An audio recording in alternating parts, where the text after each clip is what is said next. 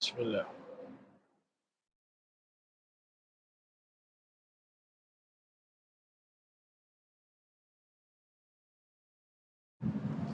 وآتيناه سيدنا وحبيبنا سيدنا رسول الله محمد بن عبد الله وعلى آله وأصحابه وأزواجه وذريته الفاتحة. أعوذ بالله من الشيطان الرجيم. بسم الله الرحمن الرحيم. الحمد لله رب العالمين الرحمن الرحيم مالك يوم الدين. إياك نعبد وإياك نستعين اهدنا الصراط المستقيم صراط الذين أنعمت عليهم غير المغضوب عليهم ولا الضالين. السلام عليكم ورحمة الله وبركاته.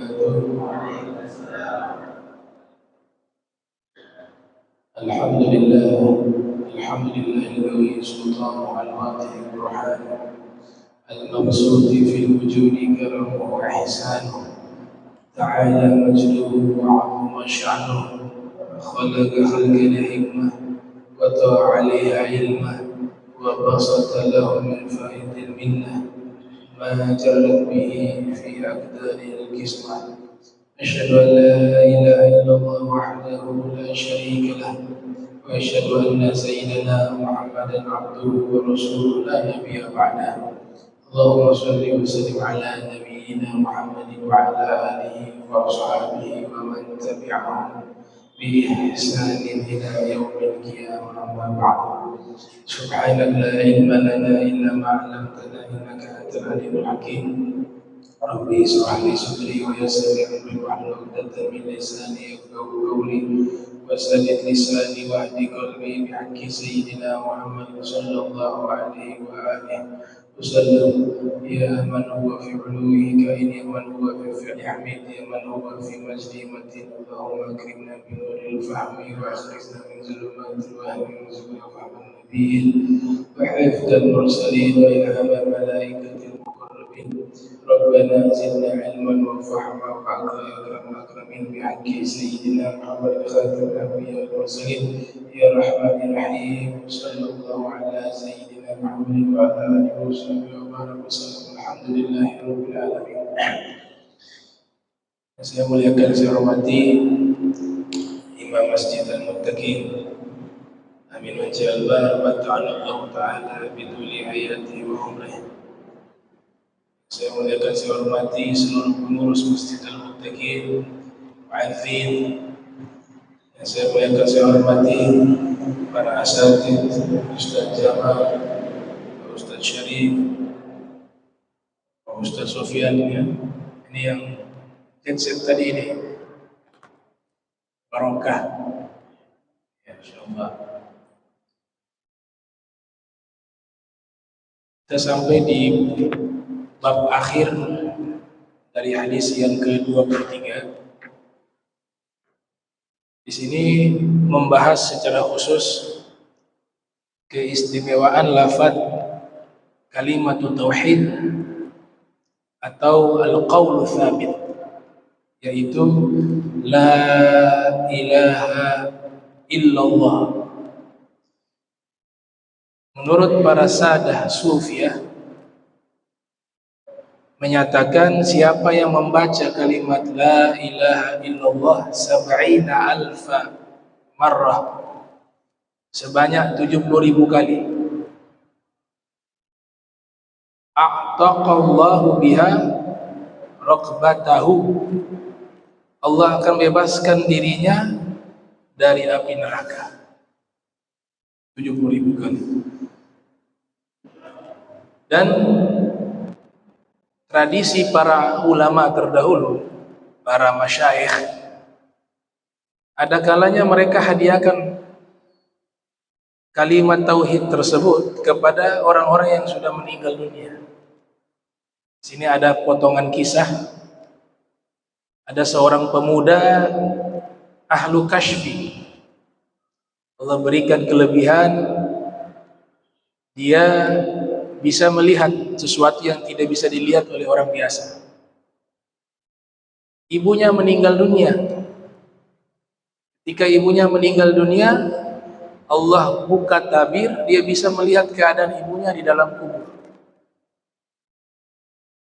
Ternyata ibunya ini diazab di dalam kuburannya, maka dia pun menangis dan berteriak sampai jatuh pingsan. Ketika dia bangkit, dia sadar dari pingsannya, para masyayikh datang, para guru-guru datang. Kemudian dia ceritakan masalahnya itu, ditanya kenapa kau pingsan, kenapa kau berteriak. Dia ceritakan bahwa dia melihat ibunya di kuburan sedang diazab. Maka saat itu para masyayikh, para guru-guru mulia tersebut, mereka membaca kalimat la ilaha illallah. Kemudian ada salah satu dari mereka meniatkan kalimat tersebut, pahalanya kepada ibu dari pemuda itu.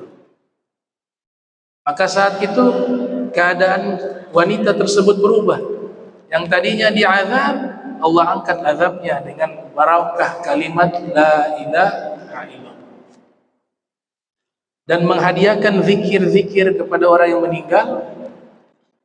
Ibnu Taimiyah dalam kitab Majmu' Fatawa membenarkan hal itu dan menyatakan bahwa zikir-zikir tersebut yang dihadiahkan kepada orang yang meninggal dunia itu memberikan manfaat kepada mereka di dalam kuburan. Makanya bacaan-bacaan tahlil itu yanfa' li ahli al-qabr, memiliki manfaat kepada orang yang meninggal dunia. La ilaha illallah inda ahli lughah, para ulama ahli bahasa Arab menyatakan kalimat ini disebut dalam ilmu balaghah sebagai al-itsbat. Adalah dan ada istitsna. Kalau digabung maknanya il-itsbat, penetapan, yang artinya bahwa tiada sembahan kecuali Allah. Artinya Tuhan itu hanya satu, Allah, tidak ada yang lain. Penegasan, yang disembah itu hanya satu. Siapa? Allah. Lil itsbat. Menurut siapa? Inda ahli lughah.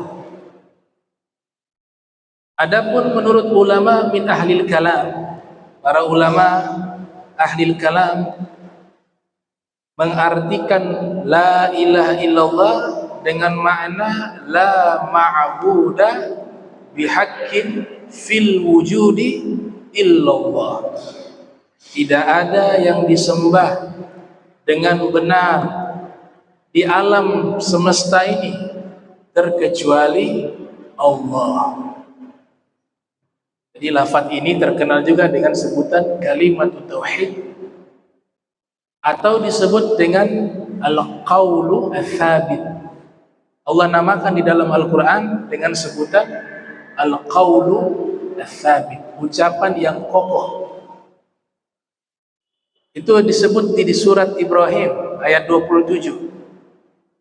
Yutsabbitullahu alladzina amanu bil qauli ats-tsabit fil hayatid dunya wa fil akhirah. Allah kokohkan orang-orang yang beriman dengan ucapan yang kokoh.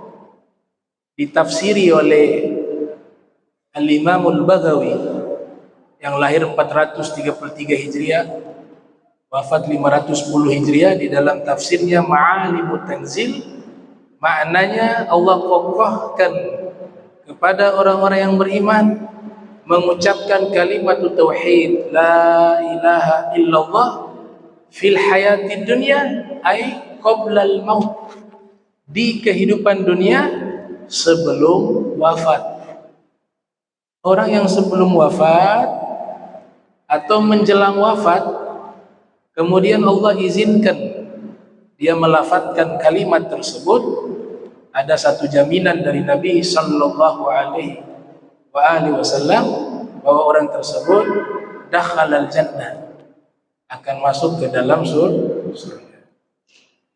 Ini diriwayatkan oleh Abu Daud di dalam sunannya yang lahir tahun 202 Hijriah, wafat 275 Hijriah, Hadis yang sangat populer, man kana akhira kalamihi la ilaha illallah dakhala al-jannah. Siapa yang di akhir umurnya dia membaca kalimat la ilaha illallah, dia masuk ke dalam surganya Allah Ta'ala. Al-Imam Bagawi juga menafsiri wa fil akhirati, dan Allah kokohkan orang-orang beriman juga di akhirat dengan ucapan kalimat tauhid. Maknanya adalah Allah mudahkan dia bisa menjawab pertanyaan malaikat di dalam kuburan. Kita yakini bahwa setelah wafatnya kita di dalam kuburan didatangi oleh malaikat mengajukan beberapa pertanyaan. Nah, orang yang sudah sering mengucapkan kalimat ini, kalimatut tauhid, maka dia akan dengan mudah menjawab pertanyaan-pertanyaan tersebut. Nabi kita Muhammad sallallahu alaihi wasallam punya tradisi, jika ada sahabat atau seseorang yang wafat, Nabi berdiri di atas kuburannya.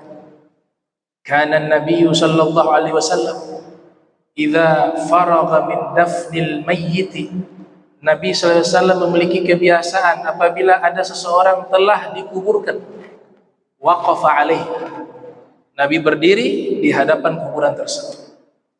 Faqal, kemudian Nabi bersabda, istaghfiru li akhikum was'alu lahu bitathbir fa innahu al-an yus'al. Wahai saudara-saudara sekalian, beristighfarlah kepada saudara kalian yang telah meninggal. Berarti istighfarnya nyampe. Nabi ajak lagi sahabat-sahabat untuk istighfar kepada orang yang meninggal dunia. Dan doalah, mintalah kepada Allah agar diberikan keteguhan dia di dalam kuburan, karena saat ini dia sedang ditanya, kata Nabi Muhammad SAW. Ditanya apa? Ditanya oleh malaikat. Tapi dengan apa? Al-qaulus tsabit. Kita dibiasakan Nabi sholat. Tariqah Sadah Ali Balui mengajarkan kita membaca kalimat la ilaha illallah, Allah Allah Allahu. Itu membiasakan kita melafadzkan kalimat tersebut. Fadilahnya menjelang wafat kita mudah mengucapkan kalimat itu. Fadilahnya di dalam kuburan kita mudah menjawab pertanyaan malaikat. Fadilahnya di yaumil qiyamah ada simbol la ilaha yang nampak di wajah kita. Maka itu tradisi para ulama yang harus kita amalkan agar memberikan faedah kepada kita di dunia maupun di kuburan, maupun di yaumil ba'ts, maupun nanti di akhirat. Itu dibaca la ilaha illallah. Hadis ini juga riwayat Abu Daud di dalam sunannya. Khasiat dan fadilah kalimat la ilaha illallah, yang pertama itu adalah timbangan amal. Kalau kita mengucapkan la ilaha illallah kemudian Allah terima walaupun satu kali toh Allah terima, itu sudah cukup memberatkan timbangan amal baik kita di yaumil qiyamah. Satu, kalau Allah terima, al-kifayah, cukup, selamat. Ada riwayat hadis dinukil oleh Imam Al-Hakim di dalam kitab Al-Mustadrak wa sahhahahu, dan beliau mensahihkan riwayat ini. Imam Hakim lahir tahun 321 Hijriah, wafat 405 Hijriah. Riwayat ini juga dinukil oleh Ibnu Hibban yang lahir 270 Hijriah di dalam sahihnya. Dikisahkan Nabi Musa berdoa, ya Rabbi allimni syai'a azkuruk wa ad'uka bihi. Wahai Allah, tolong ajarkan kepadaku sesuatu yang aku akan zikir dengan itu dan aku berdoa dengan itu. Maka Allah Ta'ala mengatakan kepada Nabi Musa, ya Musa, qul la ilaha illallah. wahai Musa, bacalah la ilaha illallah. Nabi Musa menjawab, ya Rabbi, kullu ibadik yaquluna hadza. Wahai Allah, semua hamba-hambamu membaca kalimat ini. Maka Allah Ta'ala menjawab, ya Musa, law anna samawati sab'ah wa amirahunna wal ardina sab'ah fi kiffah wa la ilaha illallah fi kiffah malat bihinna la ilaha illallah. Wahai Musa, seandainya 7 lapis langit dan penghuni langit, yaitu malaikat, dan 7 lapis bumi beserta penghuninya ditimbang di satu timbangan, kemudian di sebelahnya timbangannya adalah la ilaha illallah, maka sungguh timbangan la ilaha illallah lebih berat daripada timbangan 7 lapis langit dengan penghuninya dan 7 lapis bumi. Kalimat la ilaha illallah. Fadilah kedua, Nabi mengajarkan cara merenovasi keimanan. Renovasi keimanan. Di saat keimanan kita sedang menurun, kalimat ini bisa meningkatkan keimanan kita. Dengan catatan kita melafadzkan dengan hudurul qalb wal khusyuk, menghadirkan hati dan khusyuk, wa tadabbur, dan memahami setiap daripada artiannya. Hadis ini riwayat Imam Ahmad yang lahir 164 Hijriah, wafat 241 Hijriah, di dalam musnadnya. Dan hadis ini juga diriwayatkan oleh Imam As-Suyuti yang lahir 849 Hijriah, wafat 911 Hijriah, di dalam kitab Lubabul Hadis. Nabi menyatakan, jaddidu imanakum, renovasilah iman kalian, kata Nabi. Qalu kaifa nujaddidu imanana ya Rasulullah. Sahabat menjawab, bagaimana cara kami merenovasi iman kami wahai Rasul? Maka Nabi mengatakan, akthiru min qawli la ilaha illallah, dengan cara perbanyaklah membaca la ilaha illallah. Itu salah satu fadilah kedua dari kalimat la ilaha illallah. Yang ketiga, kalimat la ilaha illallah ini menjadi al-hisnul hasin minan nar, pelindung dari api neraka. Hadis ini diriwayatkan lewat para rawi yang kesemuanya ahlul bait Nabi SAW. Disebut dengan al-musalsalatu al-zahabiyah, rantai emas sanad hadis. Diriwayatkan oleh Imam Ali Ar-Ridha, beliau mendapatkan dari ayahnya Al-Imam Musa Al-Kadhim. Al-Imam Musa Al-Kadhim mendapatkan dari ayahnya Al-Imam Ja'far As-Shadiq. Al-Imam Ja'far As-Shadiq mendapatkan hadis ini dari ayahnya Al-Imam Muhammad Al-Baqir. Al-Imam Muhammad Al-Baqir mendapatkan hadis ini dari ayahnya Al-Imam Ali Zainul Abidin. Al-Imam Ali Zainul Abidin mendapatkan hadis ini dari ayahnya Al-Imam Al-Husain. Al-Imam Husain mendapatkan hadis ini dari ayahnya Al-Imam Ali bin Abi Thalib. Al-Imam Ali bin Abi Thalib mendapatkan hadis ini dari Rasulullah. Rasulullah mendapatkan dari Jibril. Jibril mendapatkan dari Mikail. Mikail mendapatkan dari Israfil. Israfil mendapatkan dari Allah. Riwayat ini, kalimatul la ilaha illallah hisni, kalimat la ilaha illallah adalah benteng pelindungku. Faman qalaha dakhala hisni, siapa yang membacanya dia telah masuk di benteng pelindungku. Wa man dakhala hisni amina min azabi, siapa yang masuk ke benteng pelindungku dia aman dari azabku.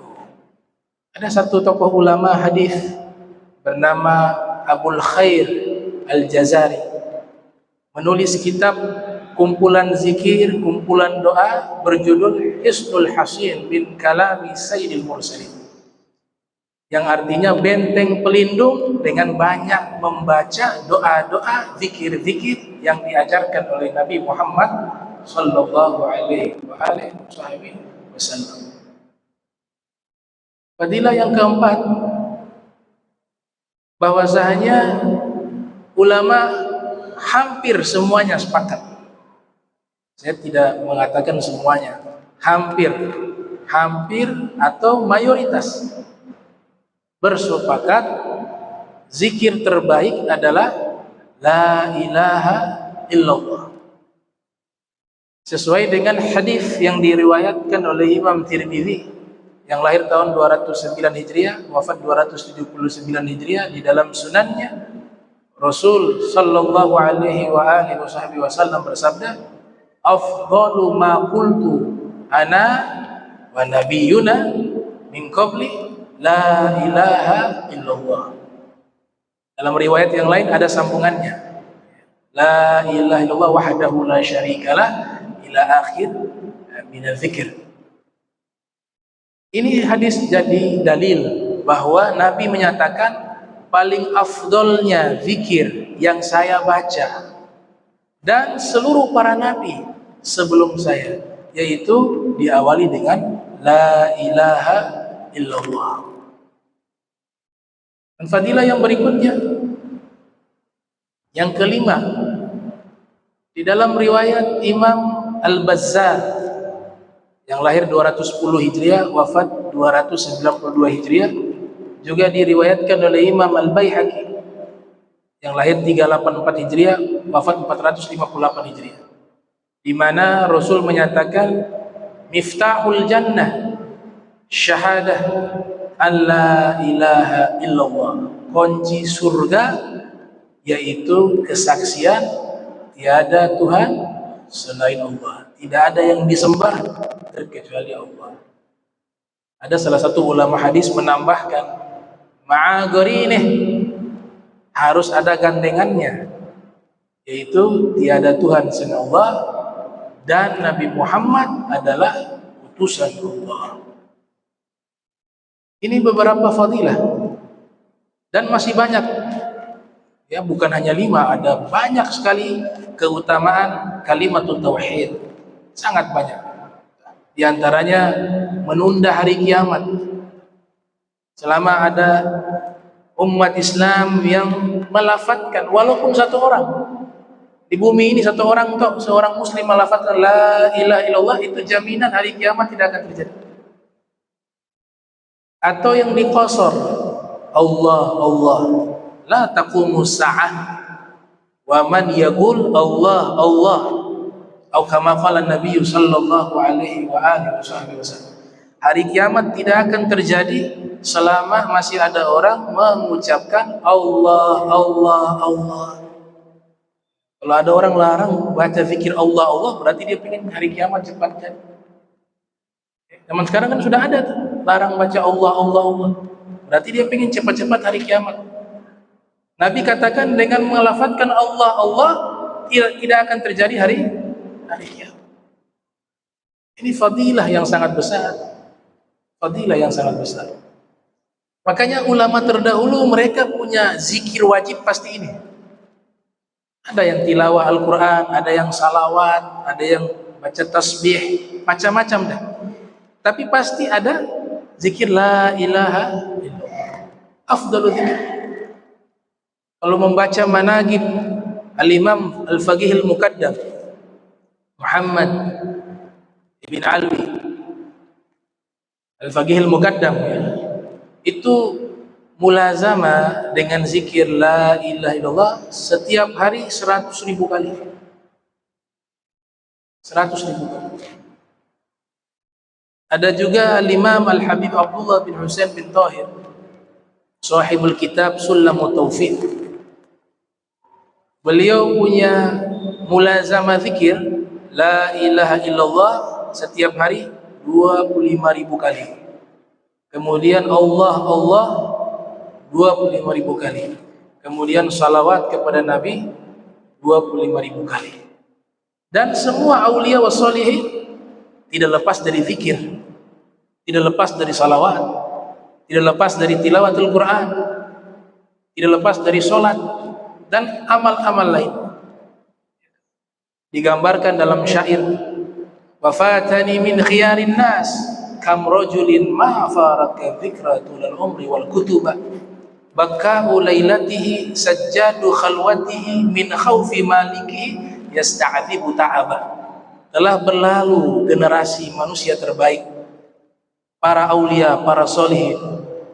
Di antara mereka seumur hidup gak pernah putus dari zikir, tidak pernah putus daripada kitab, daripada Al-Quran. Tiba waktu malam mereka menangis di atas sejadah. Baka'u lailatihi, tengah malam mereka menangis. Sajjadu khalwatihi, posisi sujud dalam keadaan sendiri. Min khaufi malikihi yasta'dzibu ta'aba, rasa takut kepada Allah menghilangkan rasa lelah di dalam penghambaan mereka, ibadah mereka kepada Allah Subhanahu wa taala. Luar biasa. Kita gak perlu bahas terlalu jauh ulama-ulama terlalu jauh. Kita bahas yang di zaman kita. Di zaman kita, salah satu ulama besar, guru daripada Al-Habib Umar bin Muhammad bin Salim bin Hafidh, guru dari para habaib yang saat ini terkenal, semua berguru kepada beliau, yaitu Al-Habib Abdul Qadir bin Ahmad As-Saqqaf yang ada di Jeddah. Beliau itu mulazamah zikir la ilaha illallah setiap hari sejak kecil sampai masa tua, tidak pernah kosong dari zikir la ilaha illallah. Bahkan disebutkan dalam manaqib, beliau itu sholat subuh berjamaah seumur hidup, dari sejak bayi sampai menjelang wafat tidak pernah meninggalkan sholat berjamaah. Kok bisa dari bayi sudah sholat berjamaah? Ayah beliau, abah beliau, seorang ulama, kalau bangun sholat tahajud, Al-Habib Abdul Qadir yang masih bayi dibangunkan untuk diletakkan di sampingnya, ikut sholat. Itu anak nangis, biar menangis, yang penting dia bangun, ikut sholat. Begitu yang dilakukan dari sejak bayi. Sampai akhirnya beliau di masa tua sudah sakit, di atas tempat tidur, di atas kasur, tetap memerintahkan murid-muridnya untuk sholat berjamaah dengan beliau, walaupun beliau posisinya dalam keadaan berbaring. Itu dilakukan. Jadi bisa pecah rekor sholat subuh, sholat 5 waktu berjamaah dari bayi sampai meninggal. Karena ayahnya tidak pernah biarkan itu bayi tidur. Tiba waktu sholat dibangunkan, diletakkan di samping sang ayah, dibawa ke musola, sholat di sampingnya dari bayi. Jadi beliau diberikan gelar oleh para aulia sebagai al-qutub fi zamanih, pemimpin para aulia di zamannya. Itu wajar. Mulazamah zikir la ilaha illallah sampai pada akhirnya beliau sakit, seluruh tubuh beliau lumpuh. Alat kedokteran medis, selang ada di hidung, di tangan, semuanya tidak berfungsi. Sakit beliau di rumah sakit. Datang seorang dokter dari Sudan, dia membawa alat-alat yang canggih, diperiksa Habib Abdul Qadir, ternyata semua ini lumpuh, tapi yang berfungsi hanya jantung, detak jantung. Maka ada alat yang bisa mendengar bunyi suara detak jantung, ternyata terdengarnya adalah lafaz la ilaha illallah. Jantungnya itu mengeluarkan suara la ilaha illallah. Kok bisa demikian? Karena hidupnya tidak lepas dengan kalimat tersebut. Bukan hanya dilafadzkan, tapi dimasukkan ke dalam jiwa. Bukan hanya dilafadzkan, tapi dihidupkan dalam kehidupannya. Salah satu ulama kakak daripada Al-Habib Abdullah bin Husain bin Thahir, bernama Al-Habib Thahir bin Husain bin Thahir. Menjelang wafat, kemudian murid-murid datang, lihat beliau sudah dalam keadaan mendekati wafat. Gak ada yang berani tuntun sang guru untuk mengucapkan la ilaha illallah. Nabi mengajarkan laqinu mautakum bigauli la ilaha illallah. Tuntun orang yang menjelang wafat di antara kalian dengan membaca la ilaha illallah. Tapi murid-murid gak berani. Ini guru. Akhirnya satu memberanikan diri, salah satu murid. Wahai guru, mohon maaf, tolong guru ucapkan la ilaha illallah. Karena dia sudah lihat menjelang wafat ini. Al-Habib Thahir bin Husain bin Thahir gak bisa mengucapkan kalimat itu. Diam saja. Bukan tidak mengucapkan, tapi tidak mau mengucapkan. Dituntun, wahai guru, ini murid sudah mulai prasangka. Guru saya kenapa ini? Murid kurang ajar ini. Sudah tahu gurunya hidup depan mata taat, kok masih suuzon juga. Seandainya ada murid macam begini, murid yang kurang ajar. Tapi dalam kisah nggak seperti itu ya. Tahu-tahu dia tuntun lagi, wahai guru baca la ilaha illallah. Al-Habib Thahir bin Husain bin Thahir tidak mengucapkan itu. Diam. Kemudian muntah darah. Batuk, keluar darah dari mulutnya. Jatuh di atas lantai. Sang murid-murid yang hadir menyaksikan darah itu tulisan la ilaha illallah. Kemudian sang guru mengatakan, ya auladi, wahai anak-anakku, saya sejak kecil sampai saat ini tidak pernah pisah dengan la ilaha illallah.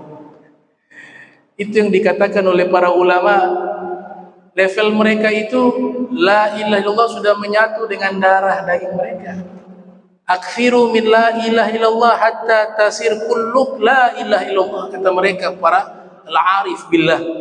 Perbanyaklah melafazkan la ilaha illallah hingga seluruh dirimu menjadi la ilaha illallah. Itu yang dipraktikkan oleh Habib Thahir bin Husain bin Thahir. Ada ulama-ulama terdahulu diberikan keistimewaan yang luar biasa. Salah satu ulama ahli fikih bernama Jamaluddin As-Sayyid Jamaluddin Muhammad ibn Abdurrahman ibn Abdul Bar Al-Ahdal, pengarang kitab Umdatul Mufti wal Mustafti. Pilihan Allah ulama ini. Dari kecil, dari lahir, telapak tangan ada tulisan la ilaha illallah. Makanya beliau tidak berani menyentuh kemaluannya dengan tangannya seumur hidup. Yang dia gunakan tangan kiri, tangan kanan enggak berani. Ada la ilaha illallah di jari, di telapak tangan. Itu pengarang kitab Umdatul Mufti wal Mustafti. Zaman dahulu lagi ada satu ulama bernama Al-Hallaj yang memang divonis oleh ulama menyimpang. Ya, sebagian ulama memvonis menyimpang, sebagian tidak mengatakan menyimpang. Tapi beliau dieksekusi, dibakar karena membawa satu faham yang sangat tinggi, namanya al-khulul, di mana Al-Hallaj ini sudah tenggelam dalam kefanaan kepada Tuhannya. Dia mengatakan nahnu ruhani halalna badanan ruhu wa ruhi, ruhuhu ruhi wa ruhi fi ruhihi. Dia mengatakan kami dua ruh, ruh saya dan ruh Tuhan, menyatu dalam satu badan. Ruhnya Allah, ruhnya saya. Ruhnya saya di dalam ruhnya Allah. Puncaknya dia mengatakan ana al-haq, saya yang maha benar. Ana akbar, saya yang maha besar. Subhani, subhani, maha suci saya, maha suci saya. Akhirnya ulama-ulama buat rapat khusus, keluarlah fatwa bahwa ini ajaran berbahaya Al-Hallaj. Bagaimana ini? Kita vonis saja, daripada syariat Nabi Muhammad rusak dengan ajarannya. maka divonis yaitu dibakar. Ketika dibakar, abunya itu dibuang ke sungai Tigris. Ketika dibuang ke sungai Tigris, abunya tulisan La ilaha illallah. Jadi yang bawa ajaran-ajaran aneh, kalau memang wali dibakar dulu. Kalau abunya tulisan La ilaha illallah, berarti dia wali. Artinya apa? Ajarannya jangan dibawa dong. Ini ulama sudah larang. Beliau tidak salah. Beliau sudah masuk ke maqam yang tertinggi, lebih tinggi dari Abu Yazid Al-Bustami, sang guru secara sanad. Al-Ittihad, Al-Khulul di atasnya. Yang dia lihat hanya dirinya dengan Allah, yang lain tidak ada. Itu sudah melebur dengan La ilaha illallah. Sudah melebur. Syekh Siti Jenar ditanya Jawa. Begitu juga. Di Aceh ada Syekh Hamzah Fansuri.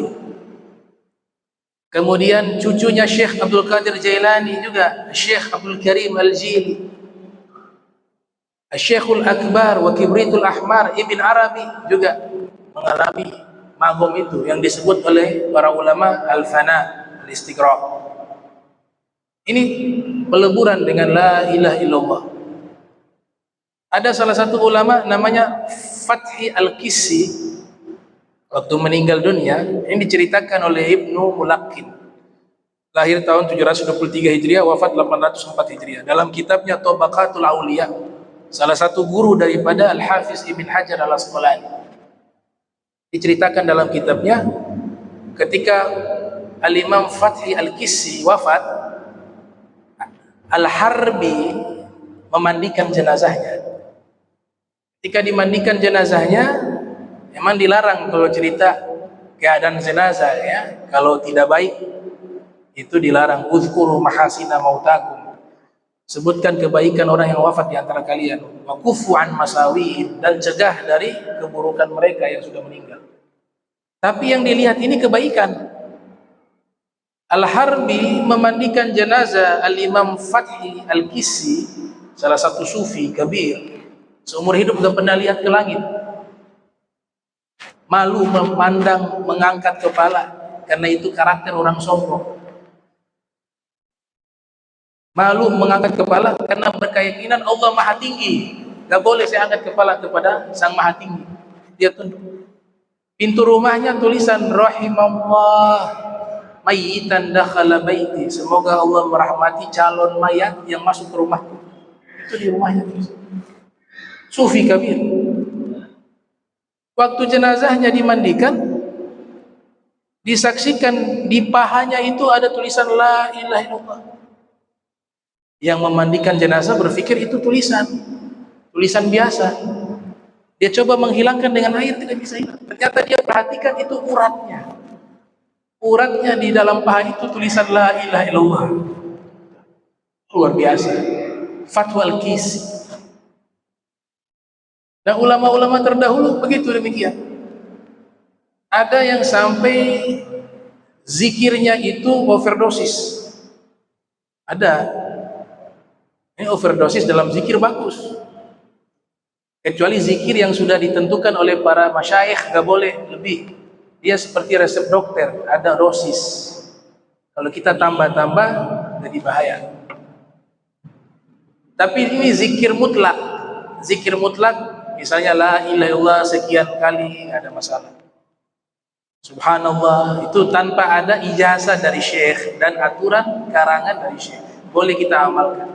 Nah, ini salah satu tokoh ulama terdahulu namanya Daud At-Ta'i, diceritakan oleh Al-Imam Syekh Yusuf Nabhani dalam kitab Jami'u Karamatil Auliya, ensiklopedia keramat para wali.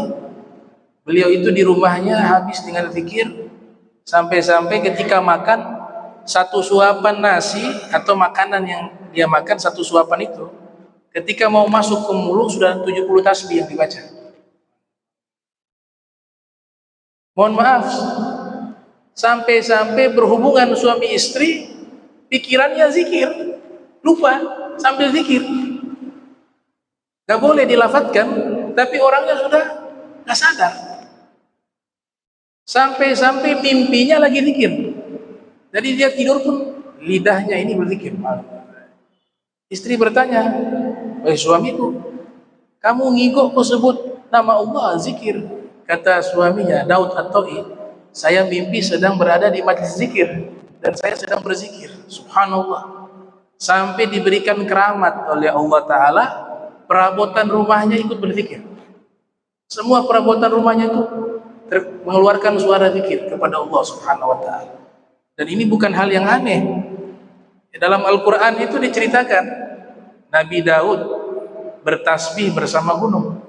Wasakharna ma'a Daud al-jibala yusabbihna wa tayra.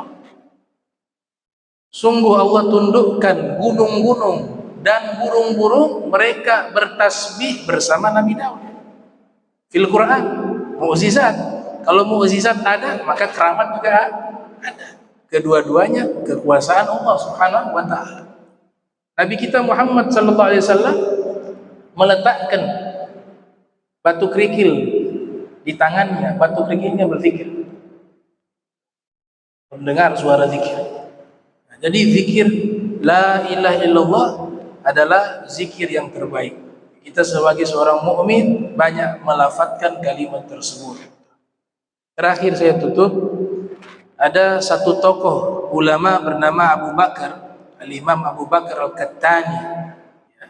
Ini dinukil oleh Al-Imam Abdul Karim bin Huzan Al-Kushairi Naisabur di dalam kitab Ar-Risalah Al-Kushairiyah. Jadi beliau ini pernah bermimpi melihat Rasul sallallahu alaihi wasallam. Ra'aitun Nabiyya sallallahu alaihi wasallam fil manam. Saya melihat Nabi di dalam mimpi. Fakultu, kemudian saya berkata, "Wahai Rasul, ud'ullah an la yumita qalbi." Doalah kepada Allah agar Allah tidak mematikan hatiku. Maka Nabi mengatakan, "Bul kulla yaumin arba'ina marrah. Ya hayyu ya qayyum la ilaha illa anta." Kata Nabi, bacalah setiap hari 40 kali. Ya hayyu ya qayyum la ilaha illa anta. Maka hatimu akan senantiasa Allah hidupkan. Lianna Allah Ta'ala yuhyi qalbak abada. Allah akan hidupkan hatimu selama-lamanya. Nah, ini beberapa riwayat terkait keistimewaan la ilaha illallah. Mudah-mudahan kita meninggal di atas kalimat tersebut. Kalimatul haq 'alaiha nahya wa 'alaiha namut wa 'alaiha nub'ashu insyaallah minal aminin. Allahumma jam'ana hadza jam'an marhuma wa tafarraqna min ba'di tafarruqan ma'suma wa la tajal minna wa la minna shakilan mahruma. Subhanaka bihamdika asyhadu an astaghfiruka wa atubu ilaik. Wa sallallahu ala sayyidina Muhammadin wa ala alihi wa sahbihi wa baraka wasallam. Walhamdulillahi rabbil alamin. Wassalamualaikum warahmatullahi wabarakatuh.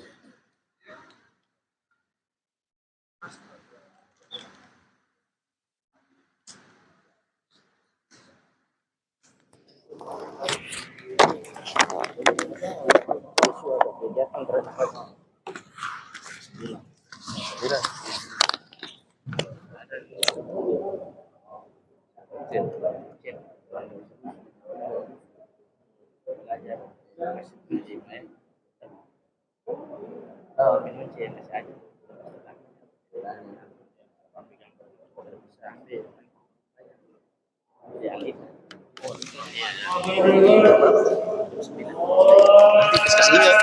diskusinya, oh ya siap. Dan kerja buang kualitas kecil.